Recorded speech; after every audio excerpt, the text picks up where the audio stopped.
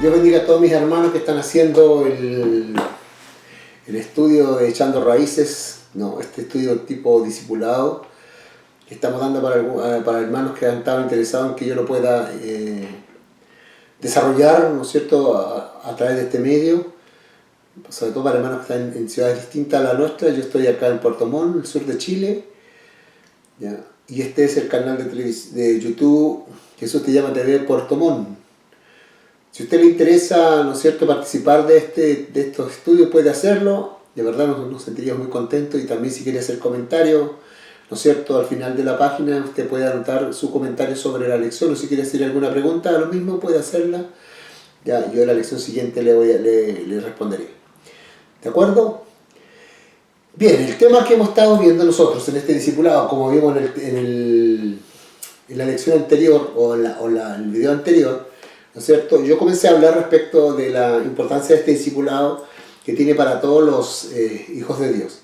El objetivo del discipulado, echando raíces, justamente que las personas puedan afianzar su fe, ¿no es cierto?, irse asentando su vida sobre la persona de Jesucristo. Por eso que es un discipulado, un estudio centrado en la persona de Cristo. Vamos a ir siguiendo algunos acontecimientos de la vida del Señor en la tierra, en el cual vamos a ir como reconstituyendo las escenas ya del acontecimiento. Pues también vamos a estar trabajando, ¿no es cierto?, todo lo que es lectura comprensiva. Vamos a hacer algunos ejercicios importantísimos dentro del estudio para que usted pueda sentirse, ¿cómo se llama?, que es un estudio que realmente vale la pena hacerlo de esta manera. Y ahí también le estoy entregando una herramienta de cómo usted puede estudiar la Biblia, cómo usted la puede leer, ¿no?, y cómo también su vida espiritual va a ir creciendo, cimentándose, ¿no?, respecto de su fe en el Señor Jesucristo. ¿Ya? Así que, bueno, los hermanos que están participando dentro del estudio, ¿ya?, que es un grupo que tengo acá de un día de semana, que son mis hermanos que están ayudando, haciendo los ejercicios en la práctica de aquellos que tienen que hacer ustedes en sus casas de manera grupal o individual, si es que usted lo está haciendo solo, ¿ya?, para que vayamos comprendiendo. Lo importante aquí es que usted vaya paso a paso, lentamente, ¿no es cierto?, adquiriendo esta habilidad lectora, esta comprensión lectora de los pasajes de la Biblia, para después, ¿no es cierto?, poder ir a la parte de la interpretación de los textos y sacar nuestras propias conclusiones y lo que Dios puede hablar a nuestras vidas. Por lo tanto, podemos reducirlo como dentro del estudio de un método inductivo, el método de estudio de la Biblia, que se enseña en algunos institutos bíblicos. Nosotros acá, yo lo he modificado un poquito. Como soy profesor, usted entenderá, como lo he dicho, metodológicamente hice algunas modificaciones a este método, y la verdad que lo hago porque me interesa mucho que los hermanos aprendan a leer bien la Escritura. ¿De acuerdo? Entonces, ¿qué es lo que importa primeramente? Que nosotros leamos bien. ¿Qué significa leer bien? Significa que lo que usted va a leer lo tiene que comprender. ¿De acuerdo? Por lo tanto, la comprensión del texto debe estar clara. Y eso significa que yo tengo que dominar el texto. Y a través de este método que yo le voy a ir enseñando, usted va a leer tantas veces el pasaje bíblico que lo va memorizando como consecuencia de la lectura. ¿Ya? Y esa palabra entonces va quedando. Entonces usted comienza a dominar el tema. Qué triste cuando una persona, ¿no es cierto?, está enseñando y de pronto usted ve que comienza a dudar, que se pone nerviosa, que tartamudea, que a lo mejor no está claro. ¿Ya? Inmediatamente uno se da cuenta, o que la persona está demasiado nerviosa, o bien no domina el tema. ¿Ya? Entonces, cuando nosotros compartimos la palabra del Señor, cuando compartimos la Biblia, nosotros debemos ser personas que estamos plenamente convencidos y que dominamos las materias, es decir, los textos, los versículos bíblicos, los acontecimientos, y sobre todo cuando vemos que dentro de la iglesia, ¿no es cierto?, existe ese celo, ¿ya?, ese celo, así entre comillas, de que los hermanos todos prueban lo que el otro dice, sobre todo con los predicadores, ¿no? Los hermanos están siempre, hay unos coladeros allí que comienzan a colar si es de Dios, no es de Dios, y de acuerdo a la luz que tienen, entonces juzgan o meten un juicio que si era o no era de Dios. ¿Ya? Por eso es que es importante estudiar la Escritura, para que podamos nosotros no errar. Pablo le dice a Timoteo, ¿no es cierto?, en una de sus cartas, ¿ya?, que usa bien o que traza bien la palabra de verdad. ¿Ya? Es decir, la Biblia hay que darle el sentido que tiene. ¿Ya?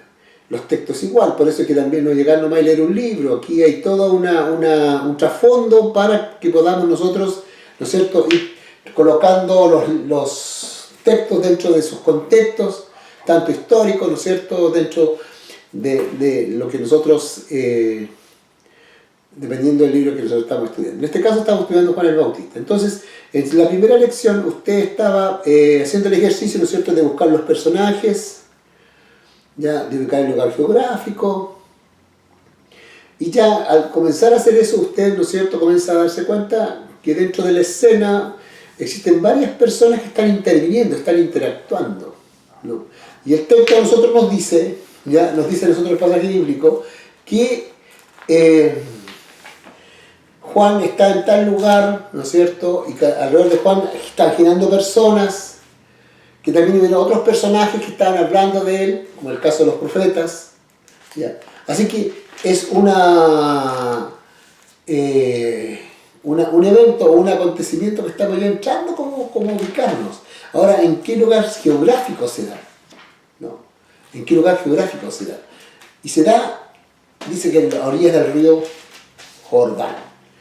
Ya, ahora uno puede entrar a explicar dónde está el río Jordán. Se entiende que el río Jordán está en Israel, ¿no es cierto?, que corre de norte a sur, ya del río, o sea, perdón, de la Palestina antigua, va corriendo entonces de norte a sur el río, y cerca de Jerusalén, a algunos kilómetros, está el lugar donde Juan está bautizando. Ahora, ¿qué cosa podemos ya decir y darnos cuenta aquí? ¿No es cierto?, de que el Evangelio de Jesucristo comienza con el Evangelio, ¿no?, acá, con Juan el Bautista. Es decir, hay un preámbulo en el cual, antes para introducir a la persona de Jesucristo, es necesario sí o sí hablar de Juan el Bautista. ¿Y qué nos dice de este profeta? Varias cosas bien interesantes que los hermanos han ido sacando como enseñanza.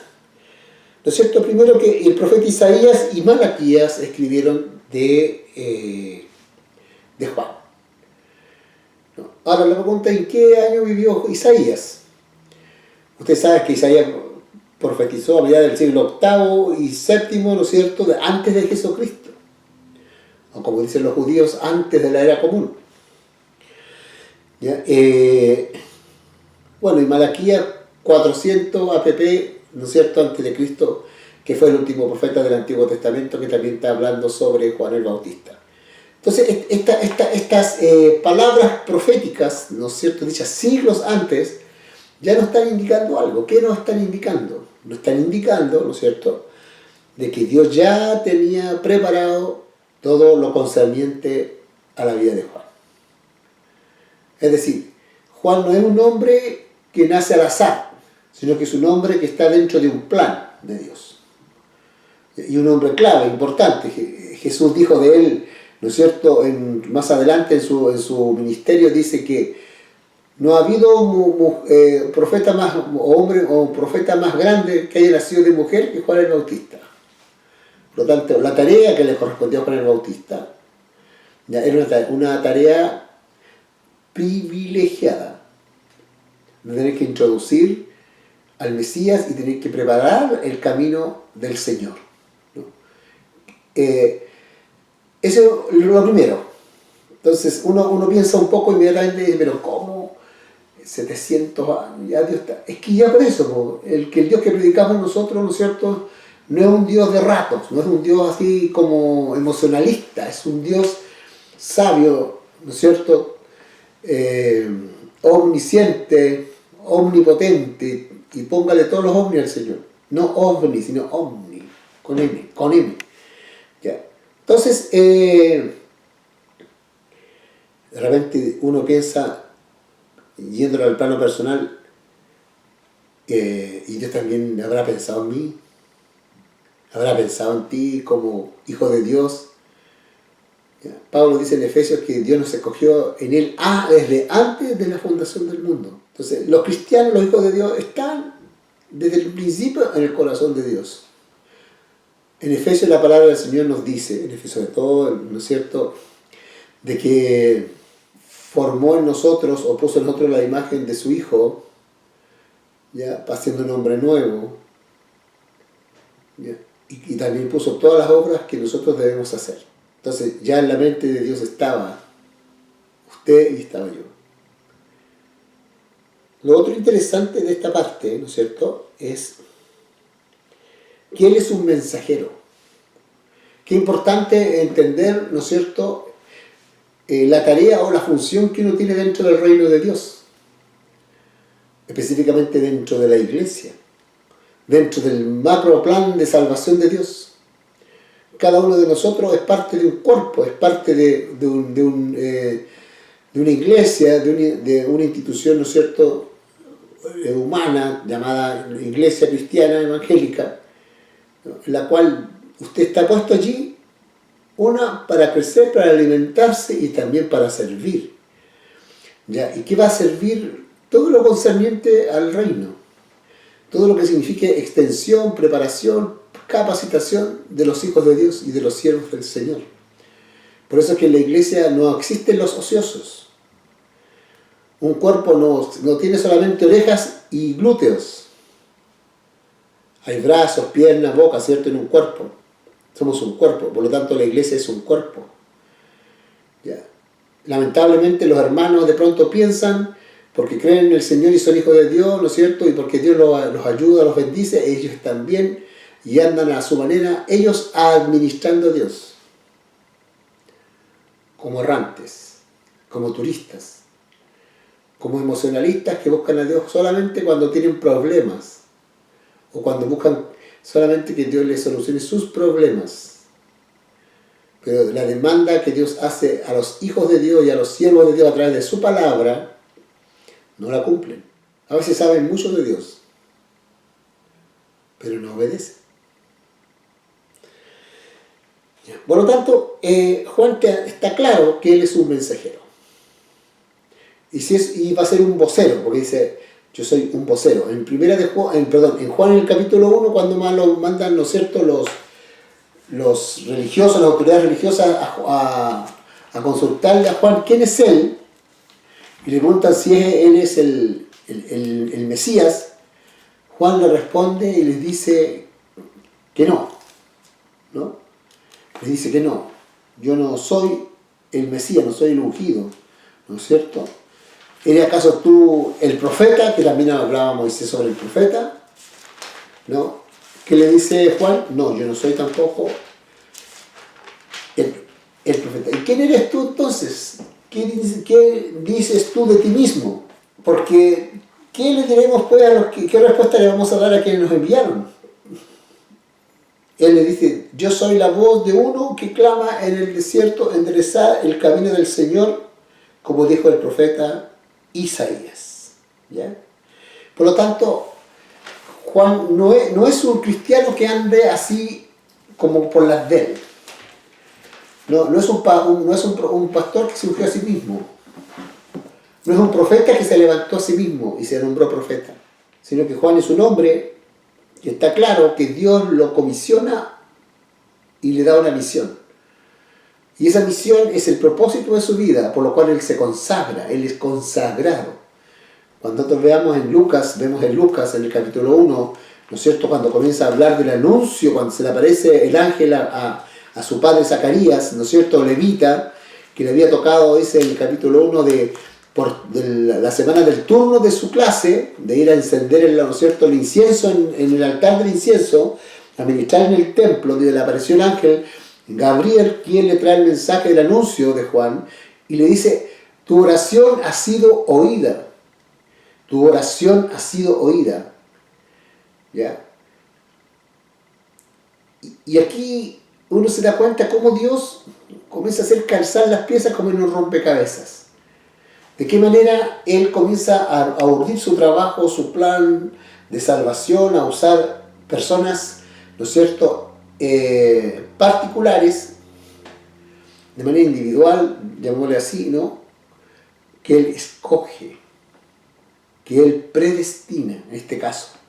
Por acá tenemos a un predestinado, es decir, uno que antes que nazca ya está determinada su tarea. Jesús igual, Jesús ya tenía determinada su tarea, su propósito, su plan, ¿no?, con Él. Y estos dos, ¿no es cierto?, hombres van por ese camino, pero también existe, ¿no es cierto?, la libertad de que ellos desistan, porque tienen libertad, tienen libre albedrío. Jesús dijo, mi vida nadie me la quita, yo la pongo de mí mismo. ¿Qué está diciendo allí? Él tenía que ir a la cruz sí o sí, pero hay instancias en él como humano que él va a decir eso. La vida a mí nadie me la quita, yo la pongo de mí mismo. O sea, él decide poner su vida. Libertad. Él decide poner. Cuando tiene que enfrentar ¿no es cierto?, el apresamiento en el Getsemaní, ¿qué dice él? Padre, que pase de mí esta copa.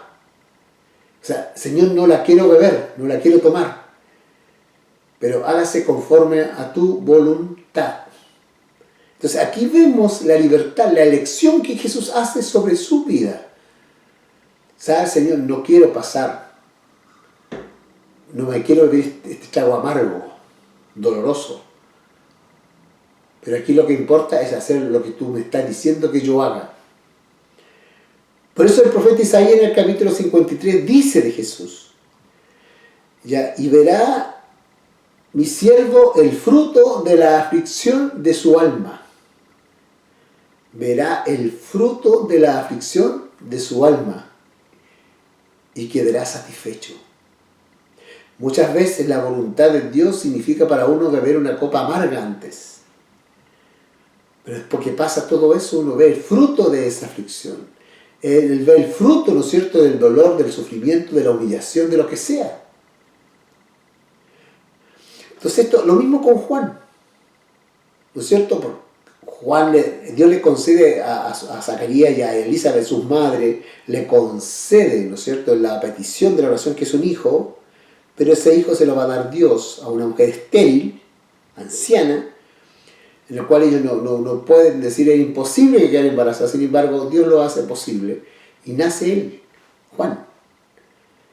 ¿Ya? Y le dicen a él, este va a ser un hombre grande, uno que va a traer alegría de muchos. Y Juan, ¿no es cierto?, y los padres se encargan de conducir a Juan hacia lo que Dios ha determinado para él. Estos hombres escogidos. Juan, por lo tanto, es un escogido, un elegido de Dios para una tarea, para una misión. Él sabe cuál es su tarea, cuál es su misión. Y la pregunta, ¿no es cierto?, si tenemos que contextualizar hacia nuestra realidad, ¿sabes tú cuál es tu misión, cuál es tu tarea dentro de esta vida y dentro del reino de Dios? Todos sus hijos de Dios, todos los hijos de Dios, tienen una tarea y un propósito de servicio. Todos. ¿Dónde yo sirvo? ¿No? ¿Cuál es mi parte en este cuerpo, en este reino? ¿A qué Dios me llama? ¿A qué Dios me está, ¿no es cierto?, impulsando? Nosotros somos tan emocionales en nuestro pensar, ¿no?, y tan, digamos, tan almáticos o de ánimo, ¿no?, que nosotros nos inclinamos a cosas que nos gustan, que nos agradan, que nos sentimos placer o que sentimos la presencia del Señor.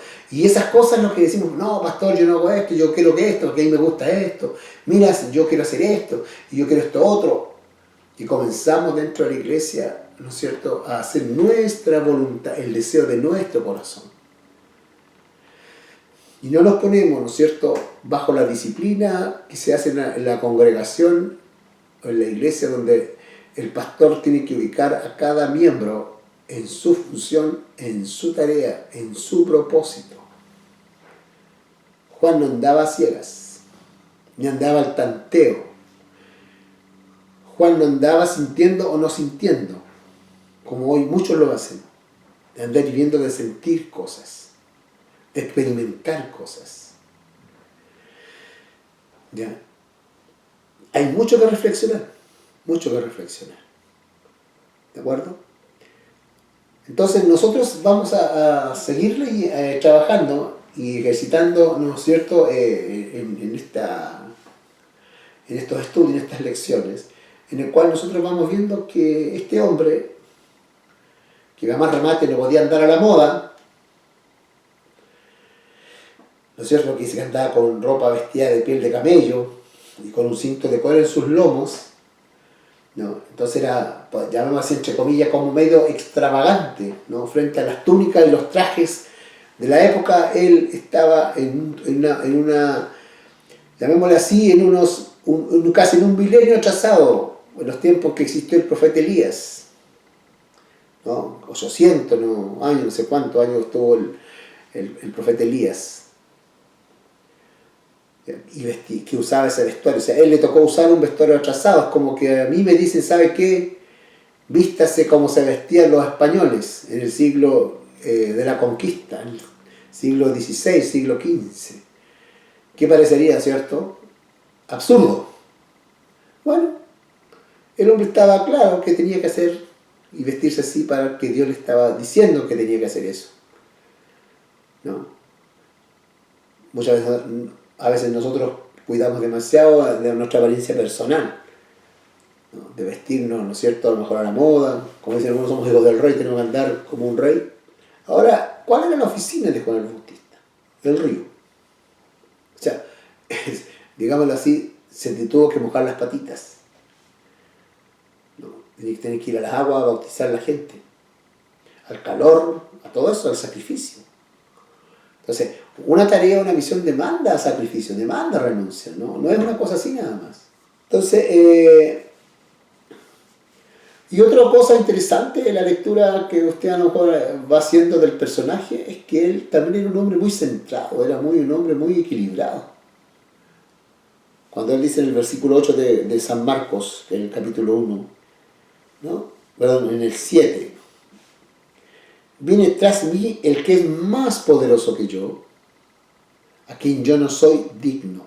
Entonces aquí hay dos palabras interesantes, pero uno más poderoso que yo. O sea, yo soy poderoso también. Pero viene uno más poderoso que yo, a quien yo no soy digno ni siquiera atarle los zapatos.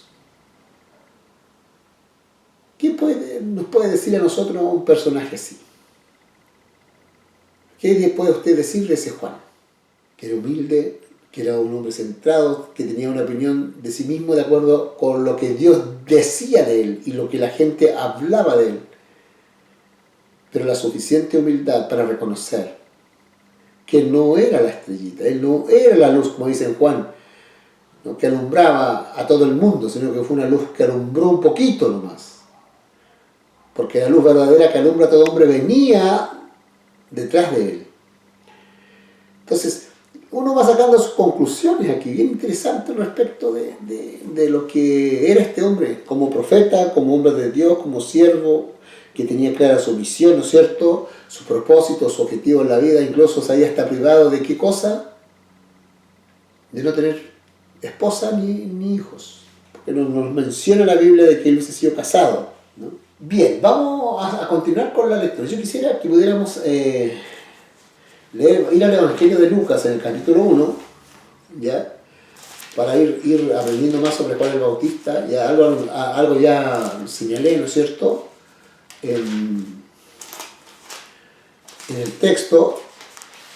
Fíjese usted que en el versículo 5 en adelante, en el capítulo 1 de Lucas, comienza a hablar de los padres de Juan y del anuncio de Juan el Bautista, de cómo sus padres, ¿no es cierto?, ancianos ya de la tribu de Leví, dice que era ¿no es cierto?, de la clase de Abías. Su mujer era de la clase sacerdotal, de los sumos sacerdotes, la esposa de Aarón era. Porque usted recuerde lo que yo hablaba el otro día, de que dentro de los judíos habían castas o clases, distintas clases sociales, ¿no? Los judíos es una nación muy clasista, ¿no?, en la antigüedad. Primero estaba la casta de los sumos sacerdotes, es decir, la familia sumos de los sacerdotes, que son los descendientes de Aarón. Todos los descendientes de Aarón pertenecían a un círculo, ¿no es cierto?, del sumo, de las autoridades religiosas del templo, donde el sumo sacerdote ya era la autoridad. Entonces, Elisa, la madre de Juan, era hija de los sumos sacerdotes, ¿no?, pero se había casado con un levita, ¿no? el caso de Zacarías. Era un levita. Entonces, lo que hacen los judíos generalmente es tratar de que se casen dentro de las mismas castas, ¿no? Sobre todo, un judío verdadero, recuerda, usted tenía que mostrar por su genealogía que él entroncaba con David, con Adán, con Abraham, para mostrar que era un verdadero judío. Usted lee la genealogía en Mateo y en Lucas, va a encontrar eso, es decir, ¿no es cierto?, cuando habla de que María era, ¿no es cierto?, hija de tal, o José hijo de tal. Entonces comienza todo a llegar hasta para demostrar que eran judíos. No era así nomás mostrar el carnet de identidad, yo soy, ¿no es cierto?, William Araya Espejo, y para demostrar que soy judío. No, tengo que demostrar que si yo soy judío, soy hijo de, hijo de, hijo de, hijo de, hijo de, y llego hasta ser hijo de Abraham. Porque los judíos lo veían así.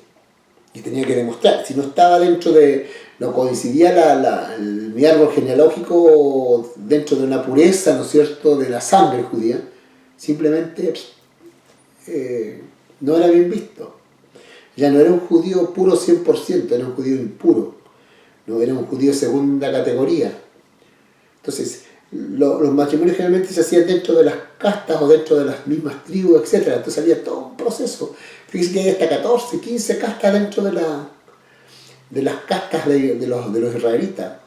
¿Y para qué hablar de los gentiles? Porque ya para ellos los gentiles ya eran prácticamente como no humanos, ¿cierto? Eran considerados como hasta perros. Era contaminarse con gente impura. Es decir, vemos acá entonces un nacionalismo, ¿no es cierto?, medio discriminador, ¿no? medio, llamarlo así, medio xenofóbico. Pero estamos hablando de esa época, ojo. ¿Por qué? Porque ellos tenían razón respecto de decir que eran hijos de Abraham, que tenían las promesas hechas a Abraham, que eran, ¿no es cierto?, las promesas del Mesías, las promesas de la bendición de todo el mundo, etcétera, etcétera. Es decir, como dice Pablo, tenían los pactos, las promesas. Por lo tanto, los judíos, no le guste a alguien o no le guste, no, la nación de Israel es una nación que es escogida por Dios, y eso, todos los que leemos la Escritura, tanto el Antiguo Testamento como el Nuevo Testamento, sobre todos los cristianos, no podemos comenzar a considerarnos antisemitas o antijudíos, porque en el fondo es como reprobarnos nosotros mismos. Recuerden que la iglesia está injertada dentro del olivo natural. ¿Ya? Así que no podemos nosotros comenzar acá como a descalificar. ¿No? Entonces, estos padres que dicen que tenían un problema, que eran estériles, pero aquí hay varias cosas que ellos muestran en su vida. ¿Ya? Entonces yo le voy a hacer un ejercicio, quiero que hagan un ejercicio para que conozcamos los personajes. El ejercicio que vamos a hacer es para conocer los personajes, ¿ya?, cómo eran, ¿no? Y eso habla del corazón de ellos, ¿ya? Las acciones hablan del corazón de la gente, ¿ya? La conducta, el testimonio que la gente da de ellos, todo eso va a hablar respecto de su persona. Y eso es lo que vamos entonces a ver ahora, ¿ya?, con un ejercicio. Yo quiero que usted lea de Lucas 1:5, ¿ya?, hasta, a ver, versículo 22, ¿no? Versículo 22. Pero dependiendo del grupo, yo solamente quiero que haga algo cortito. Primeramente léalo una o dos veces, ya. No quiero que haga todavía la técnica de la otra, sino que va a hacer otro tipo de ejercicio. ¿Cuál es el ejercicio? Usted va a buscar un verbo en un versículo, vamos a buscar el versículo 6, ¿no es cierto? Va a leer el versículo 6 y va a seleccionar un verbo. Usted sale con un verbo. Verbo es una palabra que denota acción, estado, ¿no es cierto?, deseo, pasión. Eso es un verbo que expresa acción, estado, pasión, deseo. Entonces usted va a buscar, usted sabe que luego puede estar en infinitivo, que terminan ar, ir, no, como pueden estar en distintos tiempos. Lo importante acá es que sea una palabra, que sea verbo.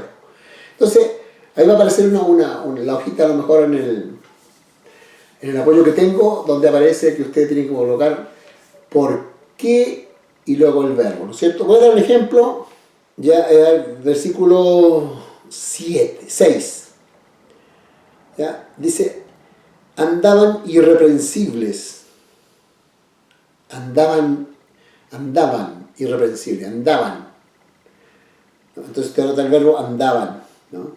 Entonces usted antes de esa palabrita le coloca por qué, el interrogante por qué, ¿no es cierto?, andaban. Y si quiere hacerlo cortito, cierra la pregunta, ¿por qué andaban? ¿Ya? Irreprensibles. ¿Por qué andaban irreprensibles? Y así el versículo 7, el 8, así va buscando un verbo y va colocándole entonces eso. Ya, vamos a dejar entonces las imágenes que tenemos del estudio donde los hermanos hacen el ejercicio, ¿de acuerdo? Hágalo usted también, aproveche junto con ellos de estarlo haciendo para después, ¿no es cierto?, podamos ir comentando la tarea, ¿de acuerdo? ¿Qué les parece? Bien, pues ya hecho el ejercicio entonces, espero que les haya quedado claro, vamos a continuar estudiando, ¿no es cierto?, haciendo algunas lecturas y también haciendo algunos ejercicios a los alumnos, a los hermanos que están conmigo, ¿no es cierto?, en este estudio. Yo les estoy enviando sus correos personales, el material de los ejercicios de este discipulado. Ahora, si usted quiere que yo le envíe el material, ¿no es cierto?, el trabajo para que usted vaya haciendo la hojita de ejercicio, usted me puede en los comentarios abajo colocar, ¿no es cierto?, su correo electrónico y yo me encargo de que le llegue a su destino. ¿Qué les parece? Buenas, Dios les bendiga a todos, saludos a todos aquellos que están deseosos de aprender la palabra del Señor y de crecer en el conocimiento de nuestro Señor Jesucristo. Nos vemos hasta la próxima clase. Dios les bendiga. Versículo que yo le di. ¿Cuál es el objetivo de este ejercicio? Algo que toda persona que estudie la Biblia y que quiere conocer a Dios y a los personajes que están en la Biblia tiene que hacer.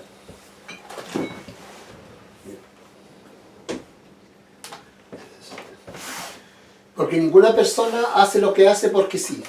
¿De acuerdo? De toda acción humana ya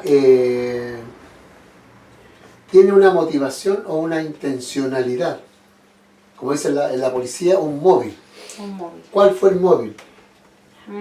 ¿Por qué la mataste? Porque la amaba.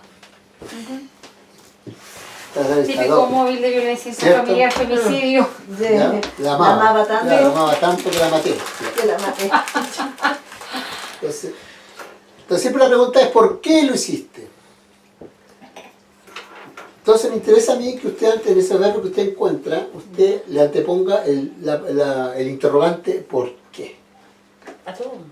Sí, por todos los verbos que apareció. Ya.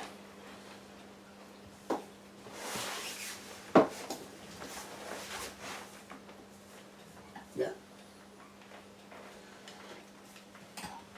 Entonces ahí construye la oración o la pregunta, ¿no? ¿Por qué? Ella agrega el verbo y hace la pregunta.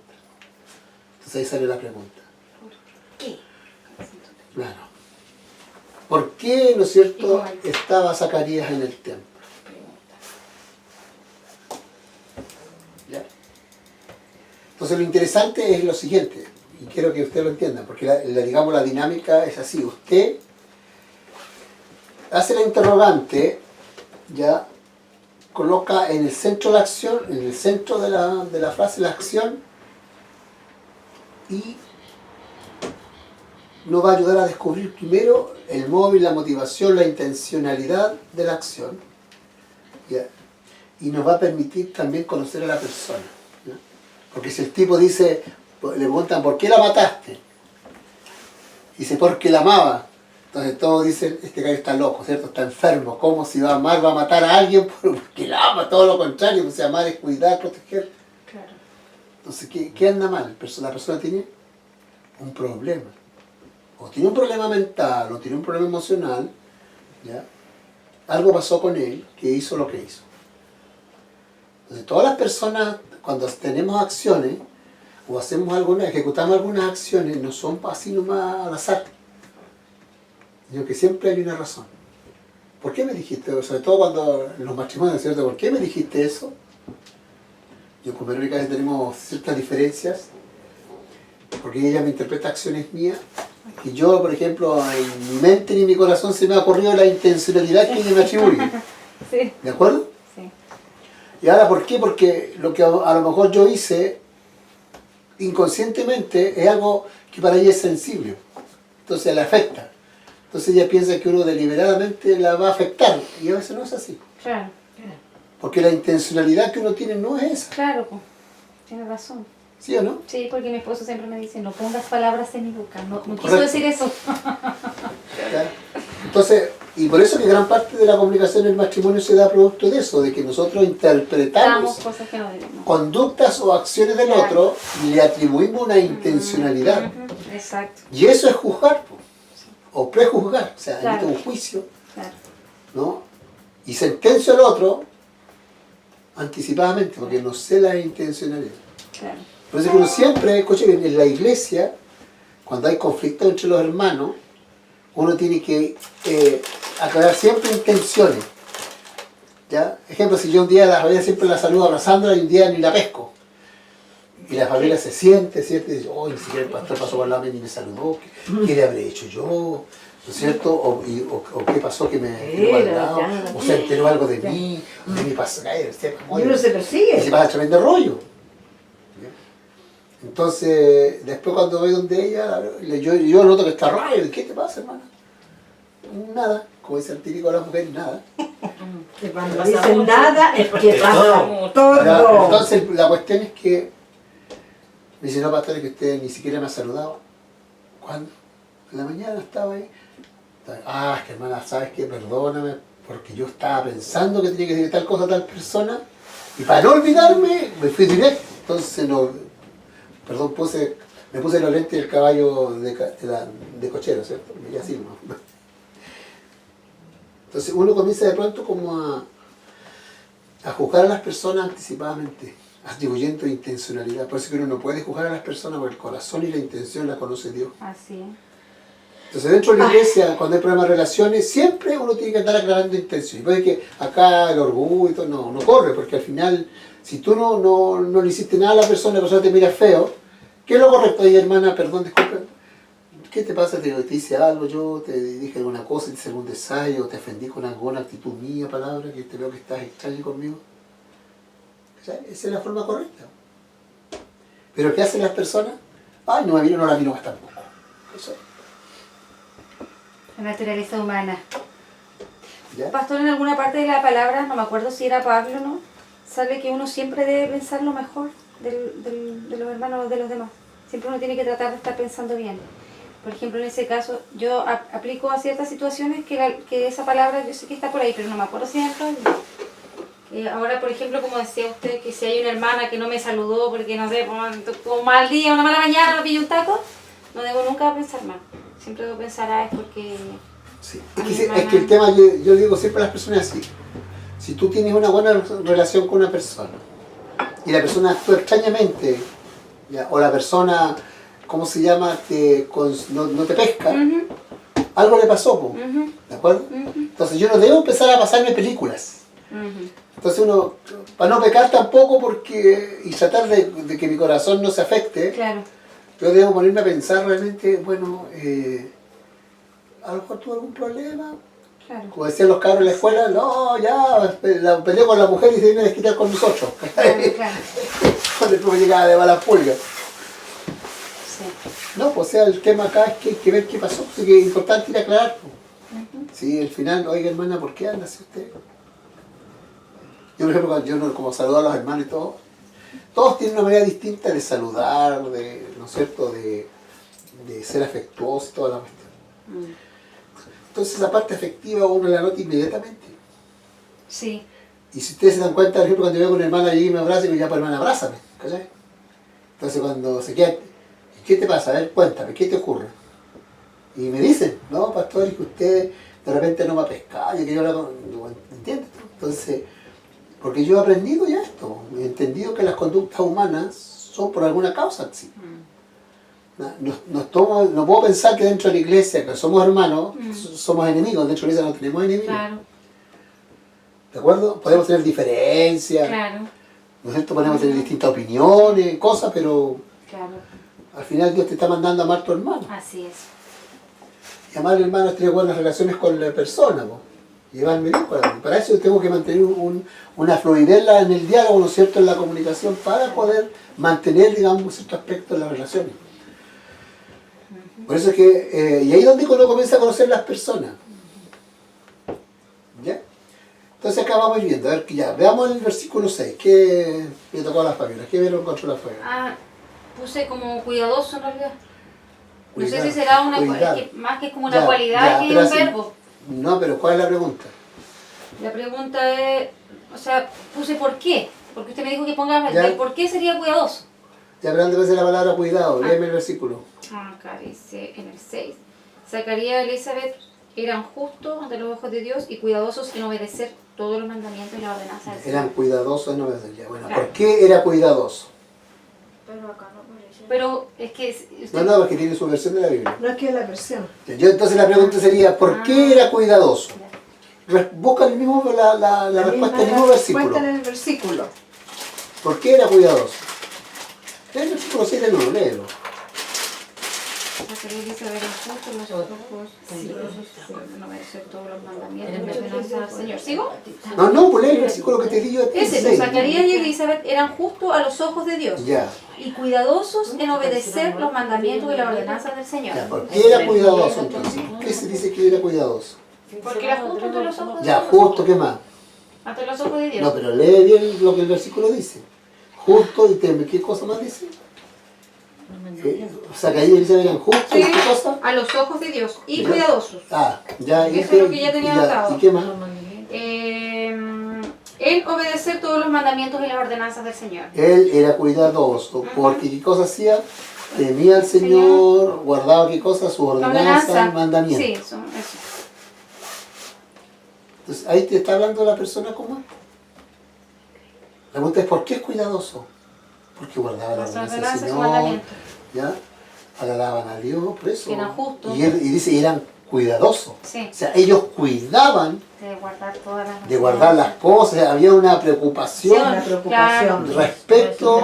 ¿Te das cuenta cómo? Sí. Es que de eso se trata el ejercicio, de que tú preguntes y ella te responde. Entonces dices, chuta, ya, la acción es cuidar, ¿qué cuidaba?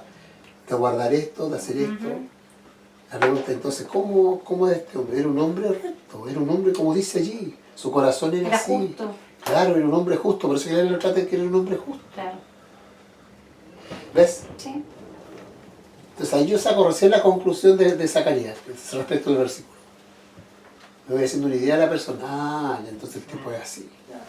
Andrés, Le tocó. Ese es el posible. ya tocar. De tocar. Sí. Ya, ¿cuál sería la pregunta? ¿Por qué Porque le tocó en suerte ofrecer el incienso le tocó en suerte ofrecer el incienso? por conforme a la costumbre del sacerdocio. Ya.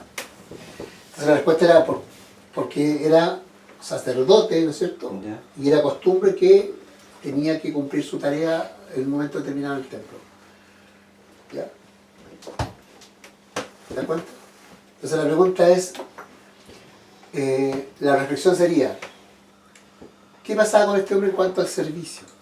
Primero, que el hombre le tocaba el turno y fue. ¿Cierto? Que el hombre era parte de una clase dentro de los levitas para cumplir una tarea determinada de encender el incienso, porque esa es la tarea de ellos, de encender el altar del incienso, Sí. que en el fondo es el significado de las oraciones. Entonces el hombre como sacerdote también cumplía su labor. Ya, sigamos con la Jessie. Ya, esto me sorprende. No, solo escoge un verbo, no. Ya. Empecé así. Primero puse, ¿por qué el ángel le dijo? Bien, ¿Ya? Y la 13. respuesta.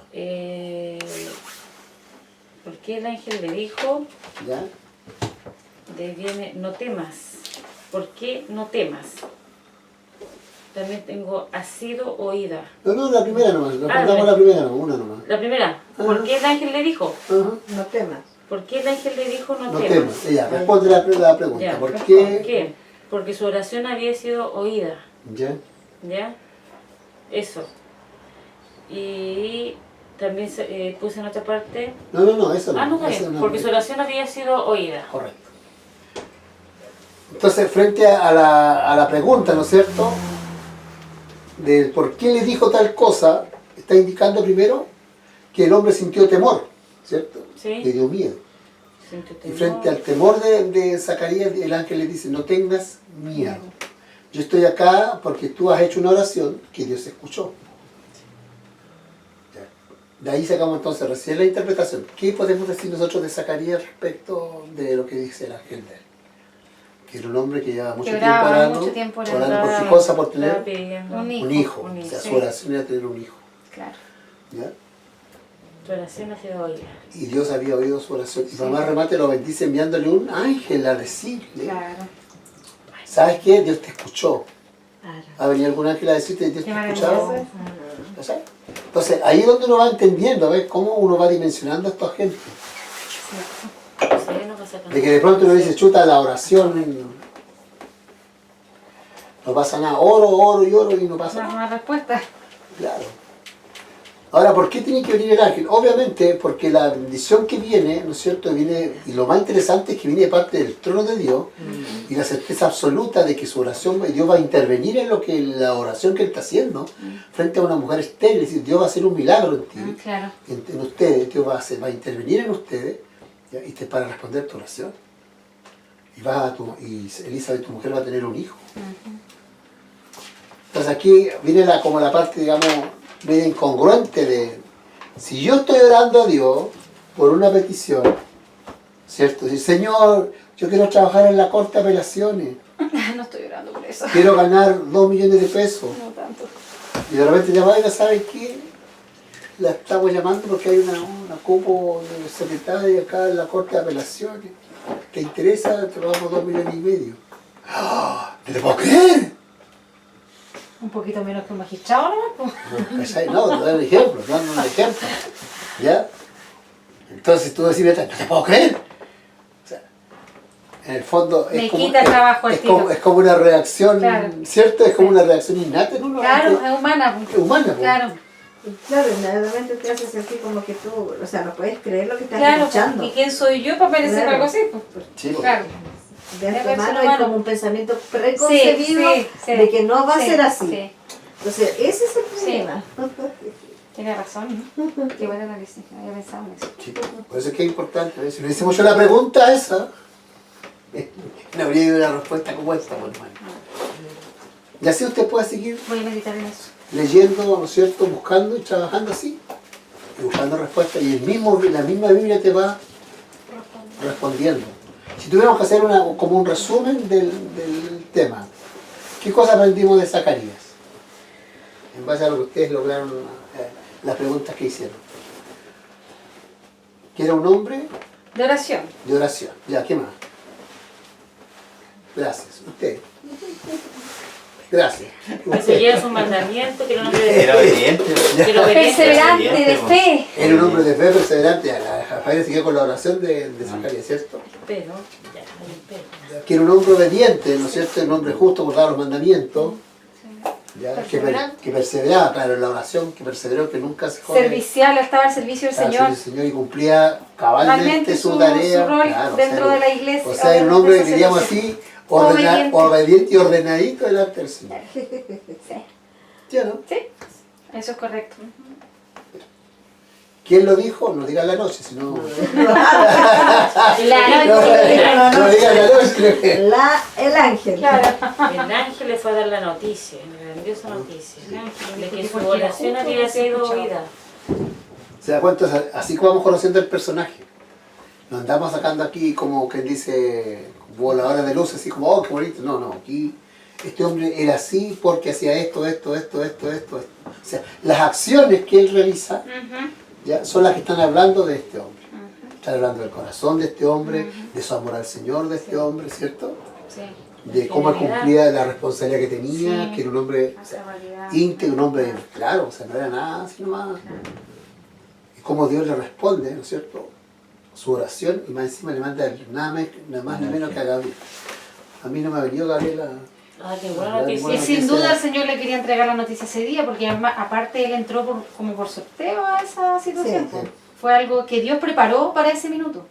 Eso, oye, vengan esos 5.